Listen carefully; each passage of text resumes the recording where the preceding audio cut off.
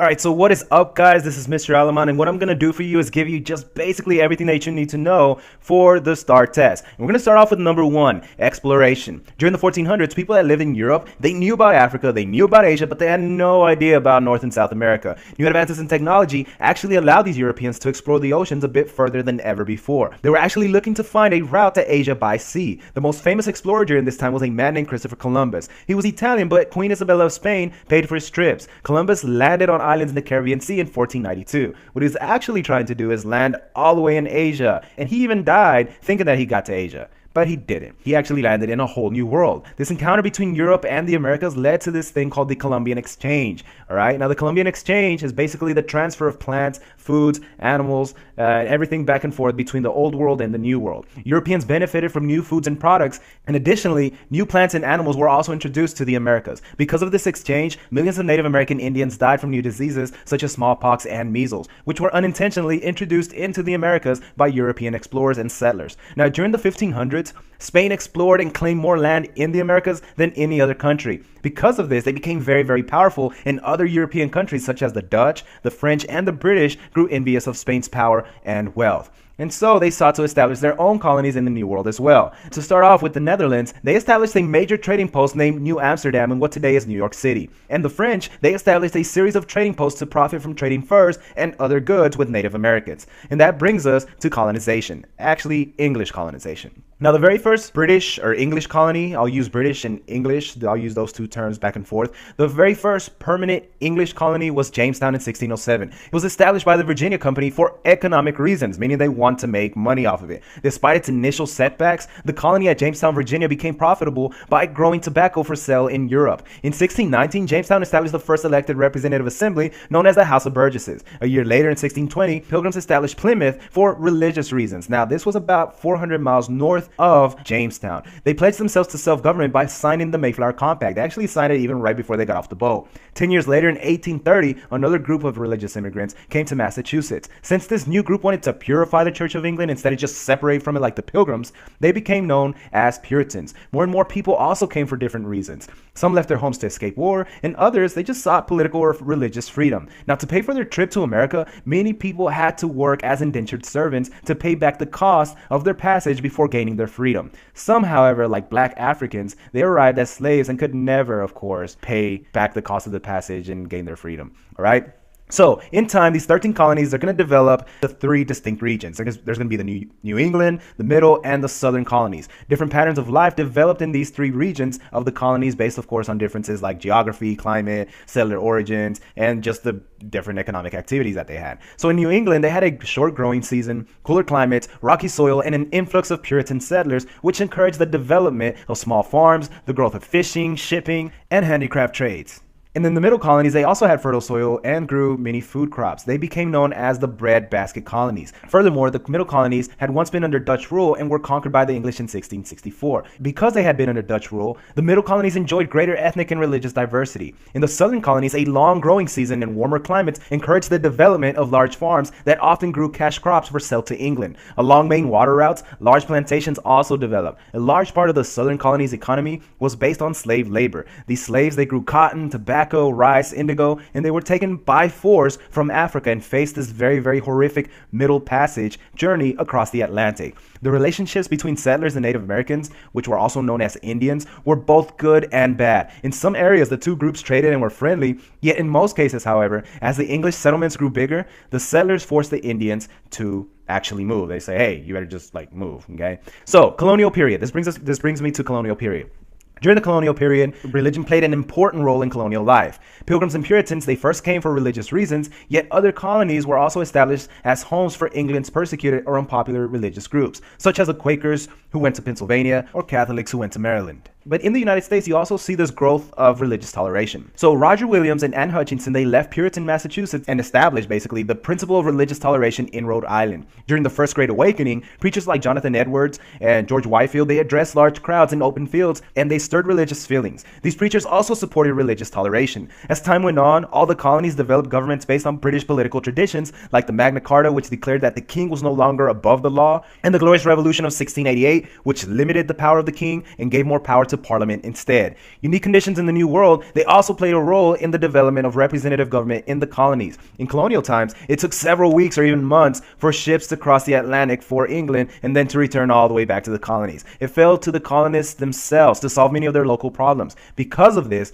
the American colonists created their own institutions of limited representative government, such as the Virginia House of Burgesses, the Mayflower Compact, and the Fundamental Orders of Connecticut. Those are actually the big three of representative government in colonial times. You have to know all three of those. Now, the Fundamental Orders of Connecticut was established in 1863 by a man named Thomas Hooker. It was the first example of a state constitution in the English colonies, and unlike the Mayflower Compact, which only allowed church members the right to vote, the Fundamental Orders of Connecticut actually extended voting rights to non-church members as well. At first, the colonists, they wanted self-government within the British Empire. It's only later that they won independence. Now, during the colonial period, the economy of many European countries, especially Britain or England, was based on this idea called mercantilism. Now, mercantilism was the policy of using colonies to bring wealth to the mother country. Mercantilists taught that the colonies, or that the colonists, should sell cash crops to the mother country and buy more expensive finished goods in return. Because of this economic system, colonists brought sugar from the West Indies, turned it into rum in the colonies, and shipped the rum to England or Africa and obtained manufactured goods from England and slaves from Africa. Historians refer to these exchanges across the Atlantic as the triangular trades.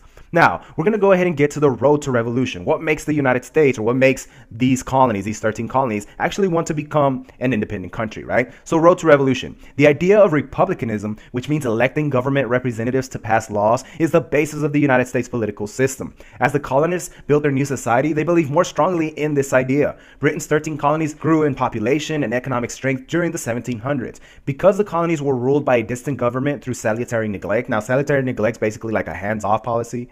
Or like Britain did not even touch the colonies. They just basically say, hey, you guys do what you want to do. So the colonists governed many local affairs themselves, and for this reason, they developed a strong tradition of self-government. After Britain won a costly war with France in the French and Indian War, the colonists were asked to help pay for the war, and this effectively ended salutary neglect, right? That hands-off policy. So British economic policies after the French and Indian War, they start to restrict the colonists' way of life, and this causes many American colonists to be dissatisfied with Great Britain. So, for example, the Proclamation of 1763, after the French and Indian War, restricted the colonists from settling new lands west of the Appalachian Mountains, these new lands that they had just fought for. Now, the Sugar Act, this lowered the tax on sugar and molasses, but called for harsher punishments for smuggling. The Stamp Act of 1765 taxed all legal papers, licenses, newspapers, and leases, and the Sugar Act and Stamp Act united the colonists in an organized resistance. The main problem for the colonists was that they weren't allowed to participate in the government that actually taxed them. Colonists rallied against these economic policies by protesting and shouting no taxation without representation. Additionally, Samuel Adams of Massachusetts, he wrote newspaper articles and made speeches against the British. The groups that he helped to organize, like Sons of Liberty, became a big part of the revolutionary movement. In response to growing colonial protests, the British, they're going to repeal the Sugar Act and the Stamp Act, but pass the Declaratory Act instead. Now, the Declaratory Act, it claims that they had the right? The British would have the right to tax the American colonies if they want to. They say, we're not going to do it now, but we will, and they did. The following year, the British passed the Townshend Act, which placed a tax on goods like glass, lead, and paint, but it also put a tax on tea, and colonists disliked the new Townshend Acts for that very reason. So much so that in 1770, an angry mob attacked British soldiers in Boston. In an effort to protect themselves, these British soldiers shot into the angry mob and killed 5 colonists, including a guy named Crispus Attucks. Now, he was a sailor of mixed Native American and African ancestry. This event encouraged a colonist named Paul Revere to engrave a picture that showed the British soldiers killing innocent civilians. As a result, tensions in Boston remained high, and in December of 1773, a group of men dressed as Mohawk Indians sneaked onto 3 British ships in Boston Harbor, and then they started to throw the cargo of tea overboard to protest that tax on tea. This event became known as the Boston Tea Party. In response to the Boston Tea Party, the British were angry, so they punished Massachusetts by passing a series of laws restricting local authority, prohibiting meetings, and closing Boston's port. Colonists called these new acts, or these new laws, the Intolerable Acts. In response to the Intolerable Acts, all the colonies, they sent representatives or delegates to Philadelphia in September of 1774 to talk about their present unhappy state. This meeting became known as the very first Continental Congress. Colonists were angry with the British for taking away their rights, but not everyone agreed on the solution. Loyalists, they actually wanted to stay subjects under the king. Patriots, however, they wanted complete independence. So you can think about it like this. Loyalists, they want to stay loyal to the king. Patriots, they just want to completely be independent. Patriots began collecting weapons and getting men ready, waiting for this fight for independence. Which brings us to the actual war.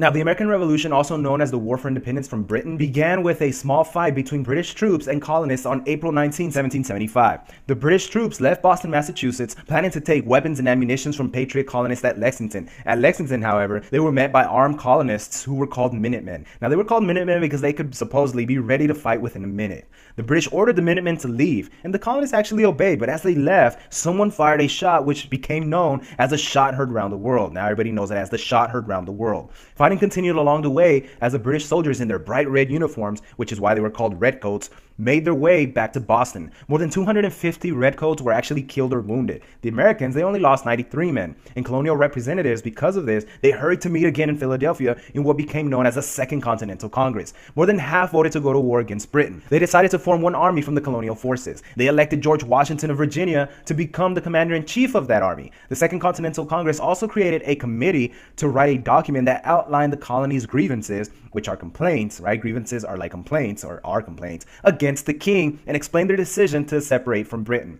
The reasons listed in the Declaration of Independence were based on the Enlightenment ideals. Thomas Jefferson was the main writer of the Declaration of Independence. The Declaration of Independence told the world of a new nation and its beliefs about human freedom. Jefferson made the case that political rights are basic human rights. These are rights like life, liberty, and the pursuit of happiness. The Second Continental Congress accepted this document on July 4, 1776. This is why we celebrate Independence Day on the 4th of July. So as the colonies and Britain prepared for war, the desire for independence increased in the next few months. Thomas Paine argued for independence in his pamphlet called Common Sense. He described two possible conditions for America: that people could remain unequal citizens under a king, or that they could live in an independent country with the hopes of liberty and happiness. The British, they respond by hiring lots of soldiers. They hired these soldiers from Germany, and they're going to be called Hessians. So they get all these guys from Germany, all right, and they're going to get them to fight against the Patriots. And effectively they do. These British soldiers, they defeated General Washington's forces in New York, and with the help of the Hessians, the British also took control of Philadelphia, forcing the Second Continental Congress to flee.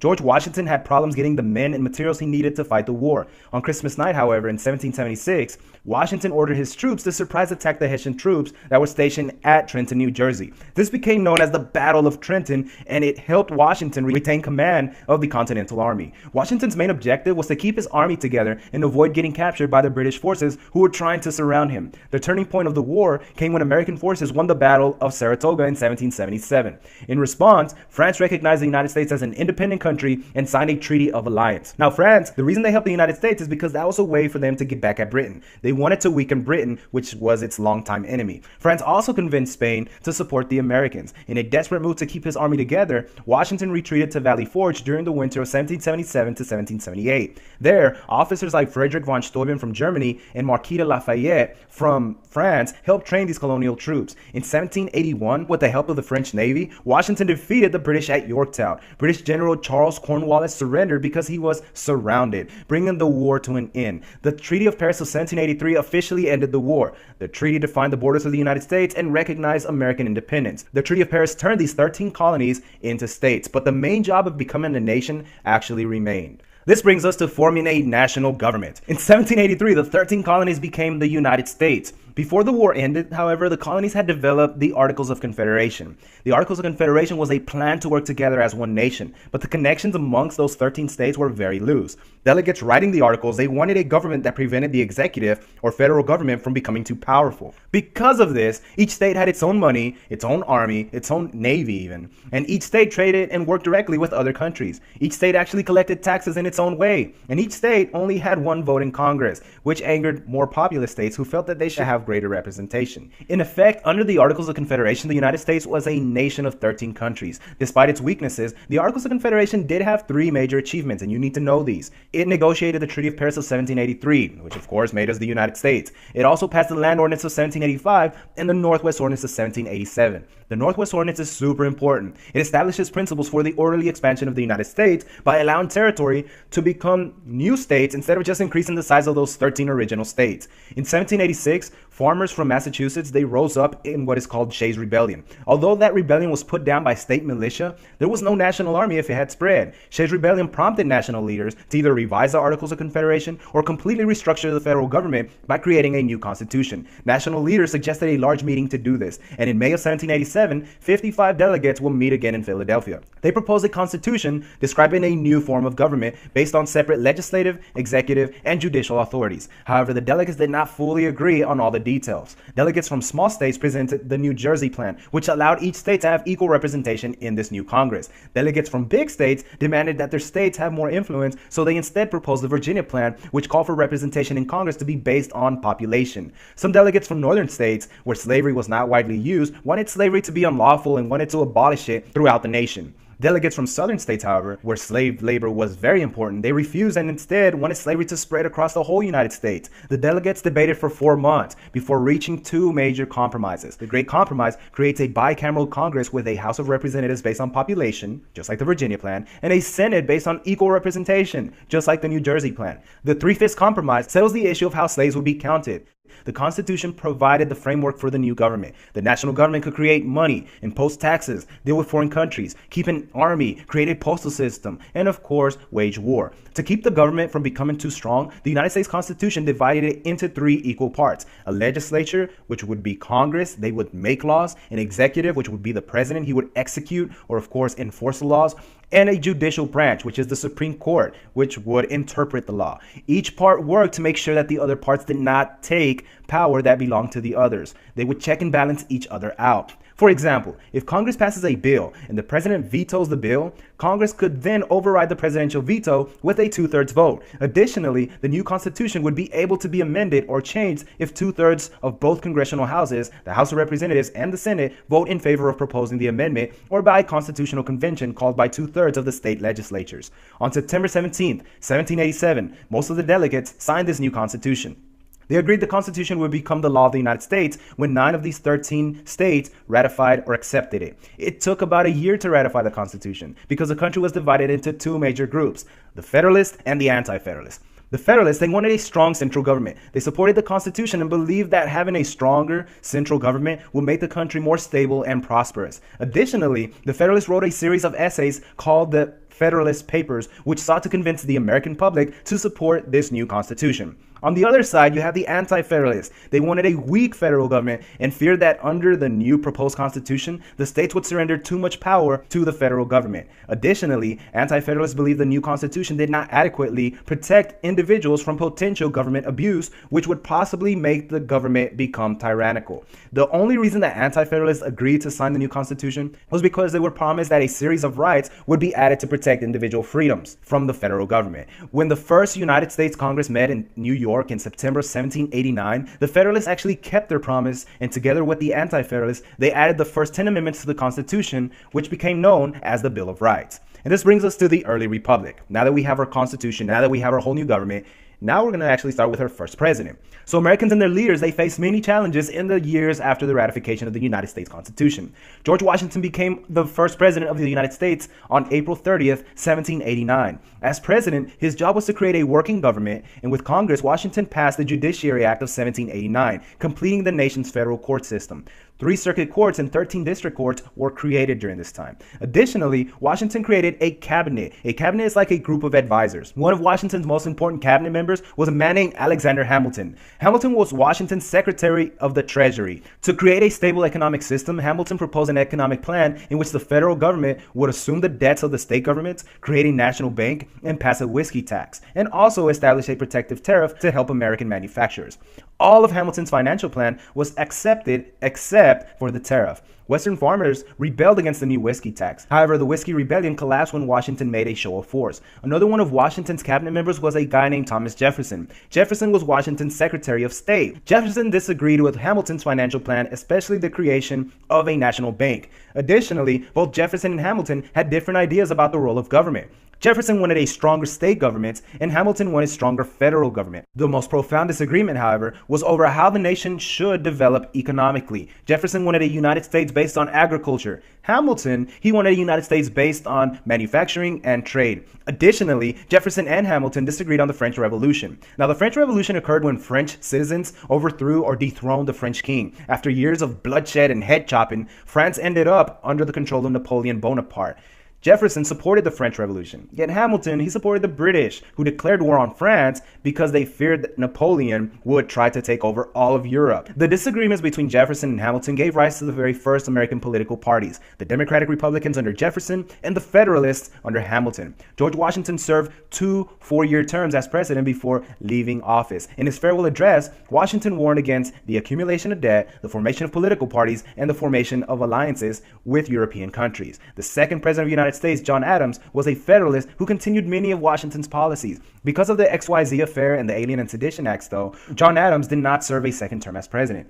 He actually lost his re-election to Thomas Jefferson in 1800. This peaceful transition of power from Federalists to Democratic Republicans was known as the Revolution of 1800. In 1803, Jefferson approved the Louisiana Purchase, doubling the nation's size and giving America control of the Mississippi River. Although Jefferson wasn't certain whether the Constitution allowed the federal government to buy new territory, he went ahead with the purchase and later sent Lewis and Clark to explore the vast region. Another major event that happened in 1803 was the landmark decision issued by Chief Justice John Marshall in Marbury versus Madison. Marbury versus Madison is very important. It's very important because in that decision, the Supreme Court gave itself the power of judicial review, which allows it to uphold or invalidate federal laws. We think today that the main job of the Supreme Court is being able to declare laws unconstitutional, but that power isn't anywhere in the Constitution itself. Marbury versus Madison gave the court that power, and without it, the Supreme Court would have remained the weakest branch of the federal government. During Jefferson's second term as president, he tried to continue Washington's policy of neutrality with Europe, but since war between Britain and France continued, staying neutral was actually quite impossible.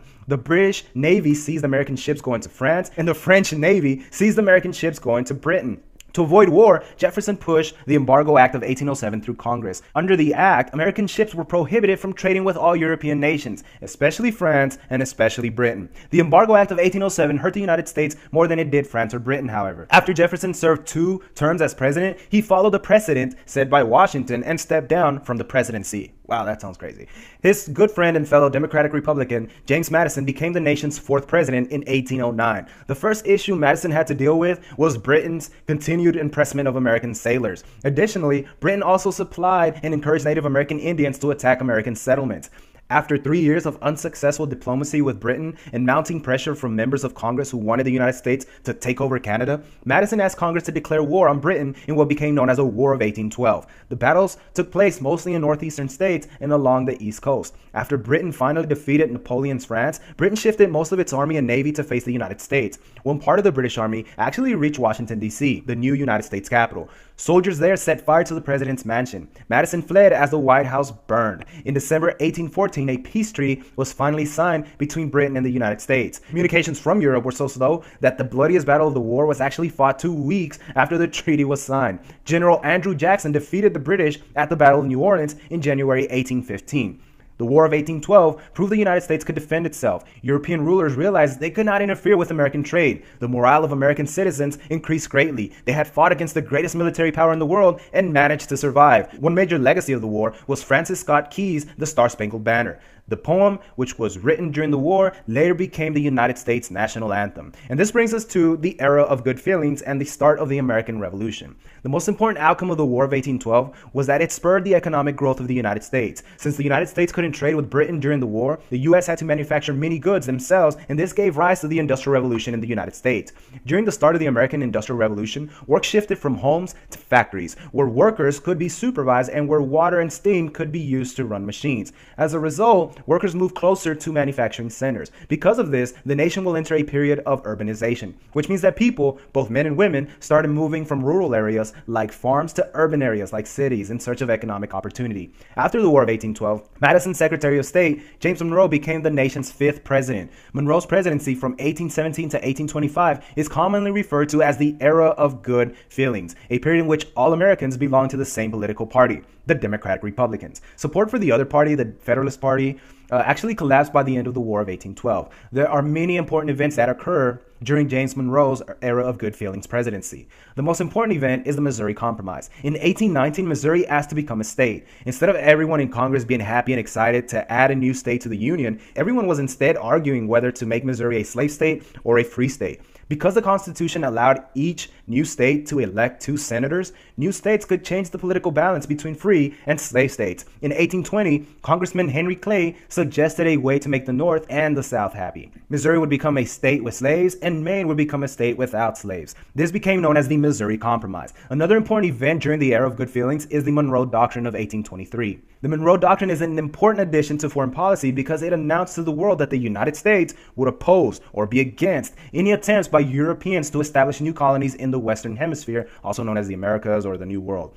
2 other major events during the era of good feelings are the purchase of Florida from Spain for $5 million in 1819 and the construction of the Erie Canal in 1825, which connected the Northeast to the Great Lakes, effectively reducing the cost of shipping goods from the entire Midwest. The Erie Canal also promoted the rapid growth of many northern cities or northeastern cities. As a result, New York City became the nation's largest city. Additionally, there are 2 Supreme Court cases that occurred during the era of good feelings. Number 1 is McCulloch versus Maryland. This happens in 1819, which stated that the federal government had the right to establish a bank and Maryland had no right to interfere by trying to tax it. And then we have the second one, Gibbons versus Ogden in 1824. This established the federal government's right to regulate anything that involves interstate commerce. Both court cases actually increase the power of the federal government over state governments. As the era of good feelings comes to an end, the Industrial Revolution actually intensifies. New inventions improve transportation and communication. Robert Fulton invented the steamboat that could move against the current or strong winds, which allowed more efficient movement of goods.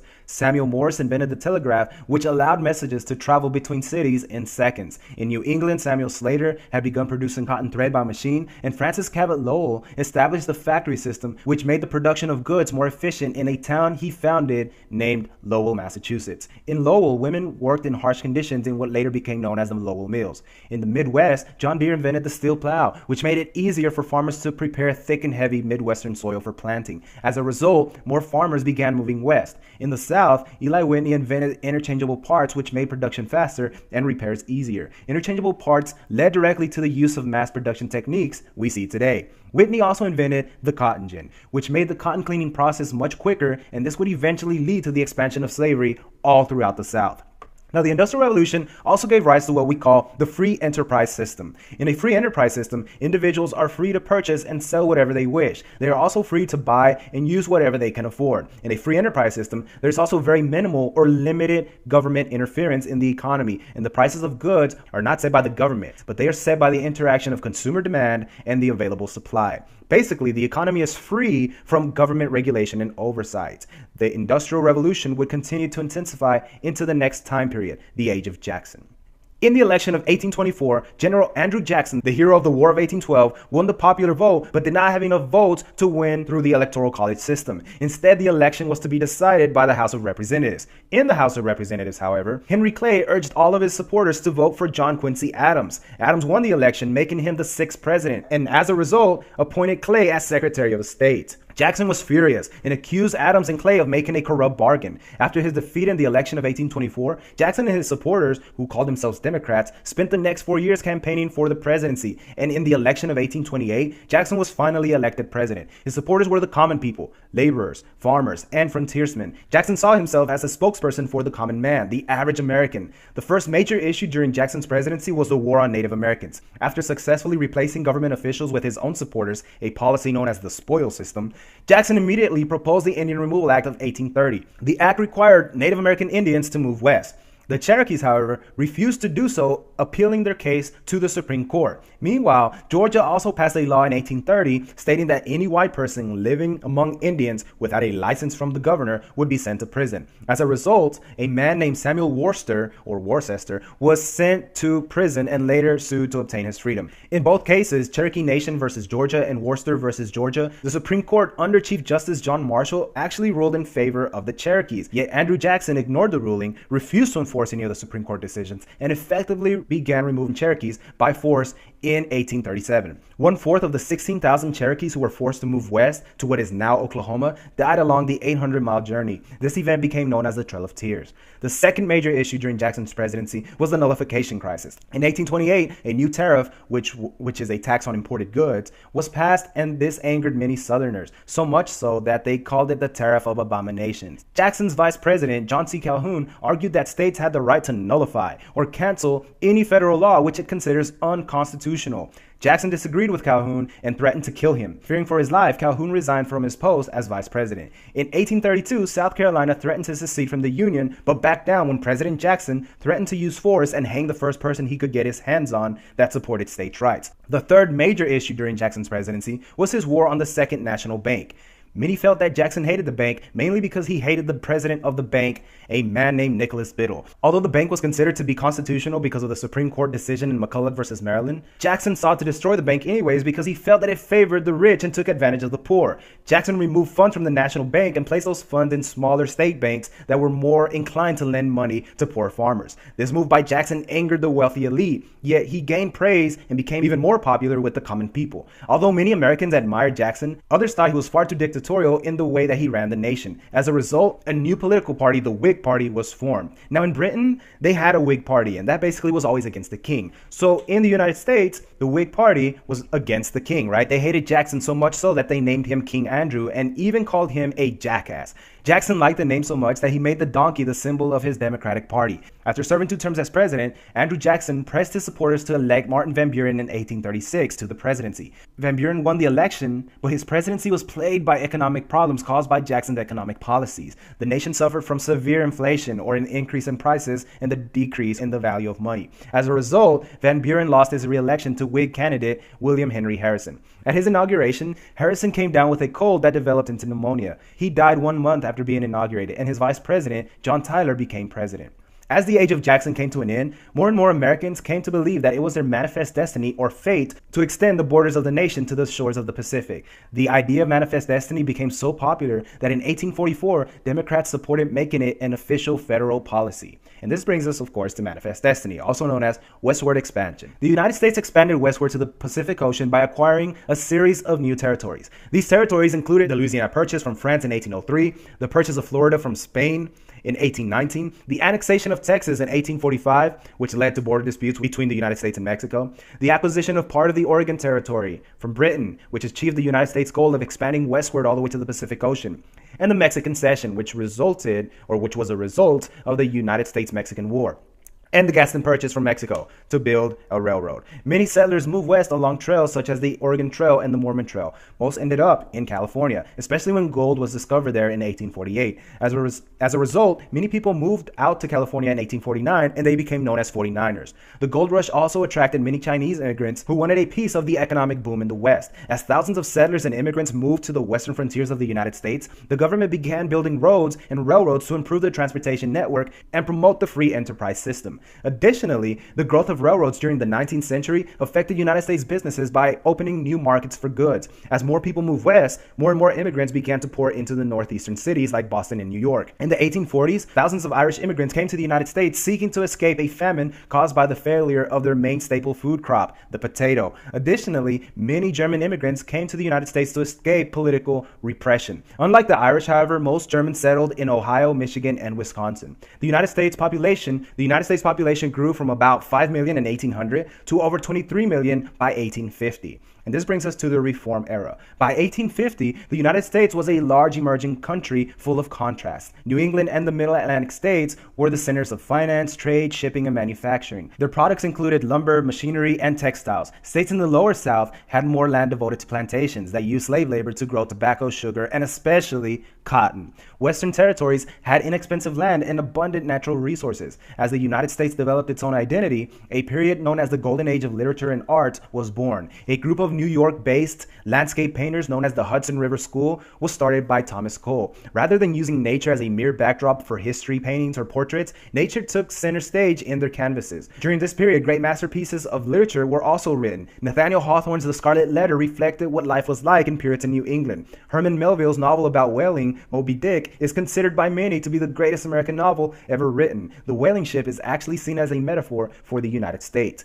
Edgar Allan Poe perfected the art of writing suspenseful short stories. Yet of all the great books written, the one that had the most profound effect on the United States was the novel Uncle Tom's Cabin, written by Harriet Beecher Stowe. Uncle Tom's Cabin depicted the evils of slavery and stirred the public conscience of the North. As a result, many Northerners thought slavery was wrong and joined the abolitionist movement, which sought to end slavery. During this time, the Second Great Awakening, which was a movement that promoted spiritual revival and the need for social reform, pushed many people to try and make the United States a better place. William Lloyd Garrison and other abolitionists, including former slaves like Harriet Tubman and Frederick Douglass, they published anti-slavery writings, delivered speeches all throughout the North. Another guy named Henry David Thoreau wrote a very famous essay entitled On the Duty of Civil Disobedience, in which he argues the moral necessity of resisting slavery. Thoreau believed that it was the duty of citizens to disobey unjust government policies through non-violent acts of civil disobedience. Later, this whole civil disobedience is going to be used by Gandhi, and it's also going to be used by Martin Luther King. Now, Henry David Thoreau, he hated slavery and felt strongly that the United States had wrongly gone to war with Mexico to extend slavery. Other reformers like Dorothea Dix campaigned to improve the conditions of mental hospitals and prisons. Horace Mann advocated for free public education. As a result, the push for women's rights also began during this period. Many women, including Elizabeth Cady Stanton, met at the Seneca Falls Convention in 1848, where they demanded equality with men, including the right to vote. Many of these women were also members of the temperance movement, which sought to ban the consumption of alcohol. Still, of all the reform movements that began during this period, the abolitionist movement was the most important. Thousands of slaves escaped to the North with the help of people along secret routes called the Underground Railroad. In 1860, however, 90% of all African Americans were slaves, slavery part of their way of life. The Southerners believed that each state had the right to decide for themselves whether slavery would be allowed. Additionally, many Southerners argued that slavery was justified by the Bible. After the U.S.-Mexican War, Congress began to ask whether the new lands of the Mexican cession be slave or free states. After bitter debate, Henry Clay came up with his last compromise. His compromise of 1850 admitted California as a free state. In exchange, Congress passed a tighter fugitive slave law, letting Southern slave owners hunt down slaves who escaped north. The Fugitive Slave Act effectively allowed slave owners to kidnap any African Americans, slave or free, living in the North. Both of Henry Clay's compromises, the Missouri Compromise of 1820 and the Compromise of 1850, temporarily kept the peace. However, in the late 1850s, these compromises broke down, making the conflict between the North and the South inevitable. The period of compromise started to unravel in 1854, when Senator Stephen Douglas of Illinois proposed the new doctrine of popular sovereignty, which allowed people in a territory to decide for themselves whether the area should have slavery. That same year, Congress passed the Kansas-Nebraska Act, which allowed settlers to decide whether or not to permit slavery. The Kansas-Nebraska Act led to bloodshed in Kansas between supporters and opponents of slavery. Both sides sent supporters to Kansas to win the vote, resulting in over 300 murders. This event became known as Bleeding Kansas because of all the fighting between pro-slavery and anti-slavery groups. Critics of the failed Kansas-Nebraska Act formed a new political party, the Republican Party. Republicans agreed to let slavery continue in the South, but they opposed any further extension of slavery into any of the new territories. In 1857, a Southern slave, Dred Scott, was taken by his owner to the North and then back into slavery in the South. Scott sued for his freedom. Having been on free soil, he argued that he could not be taken back into slavery. However, Chief Justice Roger Taney declared Dred Scott was a non-citizen and therefore was not entitled to bring a lawsuit before the court. Taney further asserted that African Americans could never become United States citizens. Blacks were only to be considered property that Congress had no right to take away. This ruling by the United States Supreme Court overturned all previous compromises. Additionally, the decision meant that slavery could spread practically anywhere in the United States. Outraged by the Supreme Court decision, a man named John Brown launched a slave revolt at Harper's Ferry, Virginia in 1859. His uprising was quickly crushed by the United States government, and Brown was tried and executed. His act of violence, however, demonstrated that the slave question had brought the country to the verge of civil war. And this brings us to the actual Civil War. During the election of 1860, the Democrats were divided and nominated two candidates to the presidency. As a result of this split, Republican candidate Abraham Lincoln actually won the election. Lincoln agreed that the South could keep its slaves, but he wanted to keep slavery from spreading any further. Lincoln thought that over time slavery would end. A house divided against itself cannot stand, he said.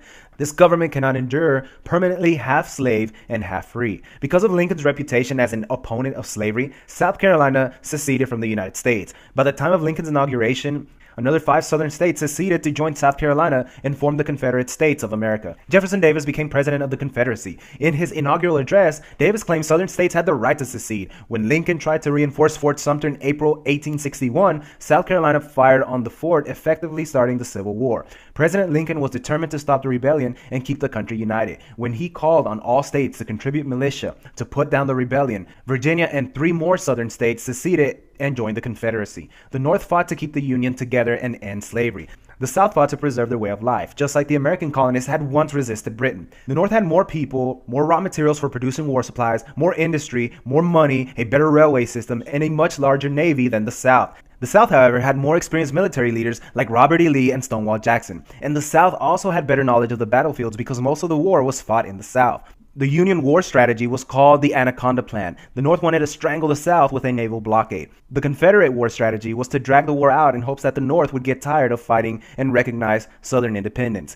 Tens of thousands of soldiers fought on land and sea. The North failed in its early attempts to take the Confederate capital at Richmond, Virginia. September 17, 1862 was the bloodiest day of the war. The 2 armies met at Antietam Creek in Maryland. The battle was not decisive, but it was politically important. Britain and France had planned to recognize the Confederacy, but they delayed. The South never received the help it desperately needed. Later in 1862, President Lincoln issued the Emancipation Proclamation, which freed all slaves in the Confederate States. The Emancipation Proclamation did not free slaves in southern states that were still aligned with the Union, but it did allow African Americans to serve in the Union Army.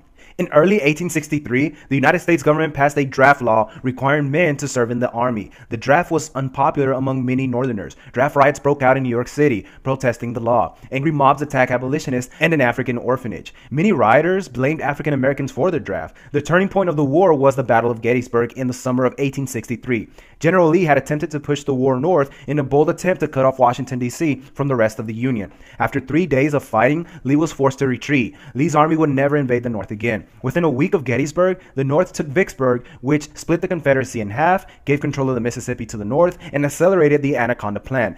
Additionally, the siege of Vicksburg showcased the military prowess of Union General Ulysses S. Grant. Lincoln was so pleased with Grant's success at Vicksburg that he placed him in charge of all Union forces. The North had no one that could match up against Lee, who had outstrategized and even embarrassed earlier Union commanders. Yet, Grant was unlike earlier commanders. Grant made his goal the total destruction of Confederate forces. In November of 1863, Lincoln gave the most famous speech in American history, the Gettysburg Address. In the Gettysburg Address, Lincoln argued that the war had become a struggle to see if the system of democracy could survive. The following year, Grant sent General William T. Sherman with a Union army across Georgia from Atlanta to Savannah on a total war march. As Sherman's army moved through the South, they destroyed and killed everything in their path. The devastation caused by the Union armies in the South caused many Confederates to lose hope. As a result, General Lee's army slowly dwindled. By April of 1865, Richmond, the capital of the Confederacy, fell to Union armies. A few days later, Lee met Grant at the Appomattox courthouse. Both generals signed the document of surrender and the war was finally over. In 4 years of fighting, about 620,000 soldiers died. Some estimates have it up to 800 soldiers. More Americans died in the Civil War than in any other U.S. conflict. William Carney and Philip Bazar both were awarded the Congressional Medal of Honor for their acts of bravery during the war. Julia Ward Howe's The Battle Hymn of the Republic became the most popular song in the nation. Yet less than a week after the South's surrender, a Confederate sympathizer named John Wilkes Booth killed President Lincoln. Vice President Andrew Johnson became president with the job of reconstructing the country. And this brings us to Reconstruction. During the Reconstruction era, southern states needed to rebuild their economy and be readmitted into the Union. After Robert E. Lee surrendered at the Appomattox courthouse, the main priority of the United States was to implement a plan to bring Confederate states back into the Union. Lincoln had a plan that sought to treat the South leniently by asking only 10% of its voters to take an oath of allegiance and have each state ratify the 13th Amendment, which officially banned slavery in the United States.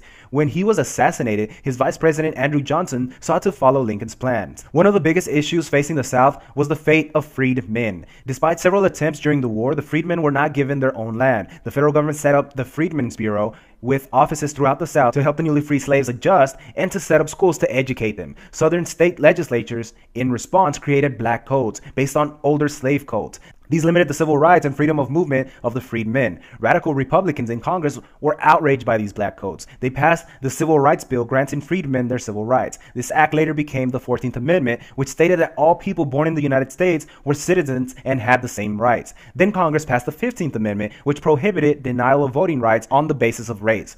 Additionally, Congress passed military reconstruction, which divided the South into districts governed by the United States Army. Former Confederate leaders lost their political rights, while the freedmen were given the right to vote. This led to Hiram Rhodes Revels becoming the first African American elected to Congress. Reconstruction governments built roads, schools, and took steps towards racial equality. However, after Northern troops were withdrawn, Southern states passed segregation laws and a new set of black codes to limit the effects of the Reconstruction Amendments. Additionally, black codes sought to restrict African American voting, civil rights, and liberties. Reconstruction also saw the opening of the Great Plains to settlement in the West. Congress passed the Homestead Act, which gave free land to anyone that had never taken arms against the Union. Additionally, the Morrill Act set funds aside to build more agricultural colleges and universities. Then the Bessemer process of producing steel much faster and efficiently helped aid the completion of the Transcontinental Railroad in 1869. The Indian Wars forced Indians onto government reservations, while widespread massacre of the buffalo on the Great Plains destroyed their food supply. Finally, the Dawes Act led to the loss of most of the remaining land Native Americans still had. In many ways, the effects of Reconstruction are still with us today. After many years of bloodshed, mayhem, violence, murder, massacres, racism, discrimination, prejudice, bigotry, and intolerance, the United States remains the one true experiment of democracy in this world.